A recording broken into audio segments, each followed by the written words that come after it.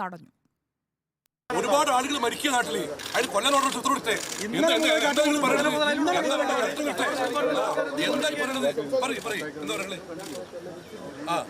എന്തിന് ജില്ലാ കളക്ടറോട് ഇല്ലേ അത് വരട്ടെ അത് ഉത്തരവിട്ടോ നിങ്ങൾ ഉത്തരവിടി നിങ്ങൾ ആ കാട്ടുപോത്തനെ കൊല്ലാൻ ഉത്തരവിടി എന്താ ചെയ്യാൻ മുന്നേറ്റ് നടക്കുന്നില്ലേ അത് നടക്കുന്ന കാര്യമില്ല.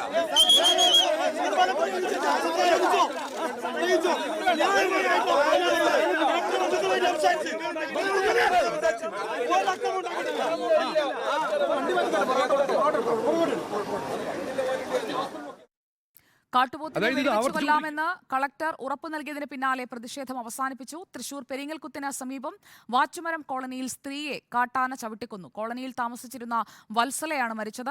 കാട്ടിൽ വനവിഭവങ്ങൾ ശേഖരിക്കാൻ പോയപ്പോഴായിരുന്നു ആക്രമണം. വിവരങ്ങളുമായി സിനോജ് തോമസും ജെയ്സൺ ചാമവളപ്പിലും നമുക്കൊപ്പം. സിനോജ് തോമസ്, കോഴിക്കോട് കക്കയത്താണ് കാട്ടുപോത്തിന്റെ ആക്രമണം ഉണ്ടായത്. പാലാട്ടിയിൽ അബ്രഹാമിന്റെ മരണശേഷം വലിയ പ്രതിഷേധത്തിലേക്കാണ് കാര്യങ്ങൾ പോയത്. ഇപ്പോൾ പോസ്റ്റ്മോർട്ടം ഒക്കെ പൂർത്തിയായോ? എന്തൊക്കെയാണ് പുതിയ വിവരങ്ങൾ? സുജയ പർവ്വതി, അല്പസമയം മുൻപാണ് പ്രതിഷേധം അവസാനിച്ചിരിക്കുന്നത്. മൃതദേഹം കാഷ്വാലിറ്റിയിൽ നിന്ന് മോർച്ചറിയിലേക്ക് കൊണ്ടുപോയിട്ടുള്ളൂ. ഡെപ്യൂട്ടി കളക്ടർ ഇവിടെ ഉണ്ട്. സാർ, കളക്ടർ എന്താ പറഞ്ഞേ? കളക്ടർ ഇപ്പോൾ നമുക്കിപ്പോൾ അടിയന്തര സഹായമായിട്ട് 5 ലക്ഷം രൂപ ഇവരുടെ അവകാശികൾക്ക് കൊടുക്കാനും ബാക്കിയുള്ള കാര്യങ്ങൾ അനന്തരാവകാശ സർട്ടിഫിക്കറ്റ് കിട്ടുന്ന മുറയ്ക്ക് സർക്കാർ പ്രഖ്യാപിക്കുന്ന തുക അവർക്ക് കൊടുക്കാനുള്ളൊരു തീരുമാനത്തിലേക്ക് എത്തിയിരിക്കുകയാണ്. പിന്നെ അവരുടെ മറ്റൊരു ഡിമാൻഡ് എന്ന് പറയുന്നത് ഇതിനെ വെടിവെക്കാനുള്ള ഉത്തരവ് കൊടുക്കണമെന്നായിരുന്നു. അത് സാറ് അഷുറൻസ് കൊടുത്തതിൻ്റെ അടിസ്ഥാനത്തിൽ തൽക്കാലം ബോഡി ഇൻക്വസ്റ്റ് ചെയ്യുന്നതിൻ്റെ ആവശ്യത്തിനായിട്ട് മോർച്ചറിലോട്ട് മാറ്റിയിട്ടുണ്ട്. കാട്ടുപോത്തിനെ വെടിവെച്ച് കൊല്ലാമെന്ന് കളക്ടർ പറഞ്ഞു. കളക്ടർ അങ്ങനെ ഒരു പറഞ്ഞത്. അതിനിപ്പം രാവിലെ പറ്റത്തുള്ളൂ. ഇന്നത്തെ സാഹചര്യത്തിൽ അതേ പറ്റത്തുള്ളൂ. 50 ലക്ഷം രൂപ ധനസഹായം വേണമെന്ന ഒരു ഡിമാൻഡാണ്. നമ്മൾ റിപ്പോർട്ട് ചെയ്തിട്ടുണ്ട്.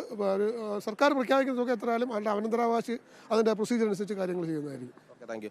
സുജയ പർവ്വതി, ഇതാണ് ജില്ലാ ഭരണകൂടത്തിന്റെ നിലപാട്. 5 ലക്ഷം രൂപ എത്രയും പെട്ടെന്ന് തന്നെ അടിയന്തര ധനസഹായമായി നൽകുന്നു. ഒപ്പം തന്നെ ബാക്കി 50 ലക്ഷം വേണമെന്നുള്ള ഒരു ഡിമാൻഡ് ഉണ്ടായിരുന്നു. അത് സർക്കാരിന്റെ തീരുമാനപ്രകാരം നൽകുമെന്നാണ് അറിയിച്ചിരിക്കുന്നത്. മൃതദേഹം ഏതായാലും ഇവിടെ നിന്ന് മോർച്ചറിയിലേക്ക് പ്രതിഷേധക്കാർ വിട്ട് നൽകിയിരിക്കുകയാണെന്ന്. വലിയൊരു പ്രതിഷേധം കോൺഗ്രസ് നേതൃത്വത്തിൽ ഇവിടെ ഉണ്ടായിരുന്നു. കാട്ടുപോത്തിനെ വെടിവെച്ച് കൊല്ലാമെന്ന് കളക്ടർ ഉറപ്പ് ലഭിച്ചു എന്നാണ് DCC പ്രസിഡന്റ് പറഞ്ഞിരിക്കുന്നത്. അതിന്റെ അടിസ്ഥാനത്തിലാണ് മൃതദേഹം വിട്ട് നൽകിയിരിക്കുന്നത്. ഇന്ന് 3 മണിക്കാണ് ഈ സംഭവം നടക്കുന്നത്. രാവിലെ 8 മണിക്ക് കശുവണ്ടി പറക്കുന്നതിന് വേണ്ടിയാണ് അബ്രഹാം സ്വന്തം കൃഷിയിടത്തിലേക്ക് പോയത്. വനാതിർത്തിയിൽ തന്നെയുള്ള കൃഷിയിടമാണ്. അവിടെ വെച്ച് കശുവണ്ടി ശേഖരിക്കുന്ന സമയത്ത് ഈ കാട്ടുപോത്തെത്തി ആക്രമിച്ചെന്നാണ് വിവരം ലഭിക്കുന്നത്. ഒച്ചപ്പാട് കേട്ട് അവിടെയുള്ള അയൽവാസിയാണ് ഓടി എത്തി ഇദ്ദേഹത്തെ എടുത്തുകൊണ്ട് ആശുപത്രിയിലേക്ക് പോകുന്നത്. എന്താണ് കളക്ടർ, എന്താണ്? അല്ല, ഞങ്ങൾ ആവശ്യപ്പെട്ടിരുന്നത് ഈ മൃതദേഹം മോർച്ചറിയിലേക്ക് മാറ്റുന്നത് ഞങ്ങൾ തടയാനുള്ള കാരണം 2 ദിവസമായി കൂരാച്ചുണ്ടിൽ ജനങ്ങളെ പേടിപ്പിച്ചുകൊണ്ട് അവിടെ അലറിയാടിയിരുന്ന കാട്ടുപോത്തിനെ ഒരാളെ കൊന്നു.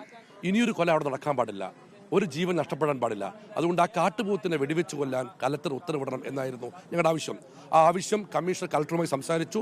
കളക്ടർ കമ്മീഷനോട് ഉറപ്പ് തന്നു. ആ ഉറപ്പിന്റെ അടിസ്ഥാനത്തിൽ മാത്രമാണ് ഞങ്ങൾ താൽക്കാലികമായി ധനസഹായം ഞങ്ങൾ ആവശ്യപ്പെടുന്നു. ആ കുടുംബത്തിന് 50 ലക്ഷം രൂപ നഷ്ടപരിഹാരം കൊടുക്കണം.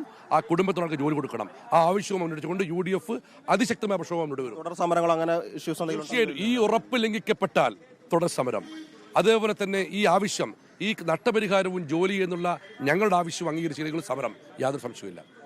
ഇതാണ് പ്രതിഷേധക്കാരുടെ നിലപാട്. രാവിലെ 8 മണിക്ക് കശുവണ്ടി ശേഖരിക്കാൻ പോയ കർഷകൻ അദ്ദേഹത്തിന്റെ സ്വന്തം കൃഷിയിടത്തിൽ വെച്ച് കാട്ടുപോത്തിന്റെ ആക്രമണത്തിൽ കൊല്ലപ്പെടുന്നു. അദ്ദേഹത്തെ വാഹനത്തിൽ കൊണ്ടുവന്ന ജോൺസൺ എന്ന് പറഞ്ഞ അദ്ദേഹം നമ്മളോട് സംസാരിച്ചിരുന്നു. 2 ഭാഗത്ത് കാട്ടുപോത്തിന്റെ കൊമ്പ് കൊണ്ടുള്ള കുത്തേറ്റെന്നാണ് ജോൺസൺ പറഞ്ഞിരിക്കുന്നത്. ജോൺസൺ ഈ അബ്രഹാമിനെ തോളത്തിട്ടുകൊണ്ട് ഏകദേശം 1.5 കിലോമീറ്റർ നടന്നു വന്ന് ജീപ്പിൽ കയറ്റിയാണ് ഈ കൂരാച്ചുണ്ടിൽ ആശുപത്രിയിൽ കൊണ്ടുവരുന്നത്. അവിടെ നിന്ന് മെഡിക്കൽ കോളേജിലേക്ക് കൊണ്ടുവരികയായിരുന്നു.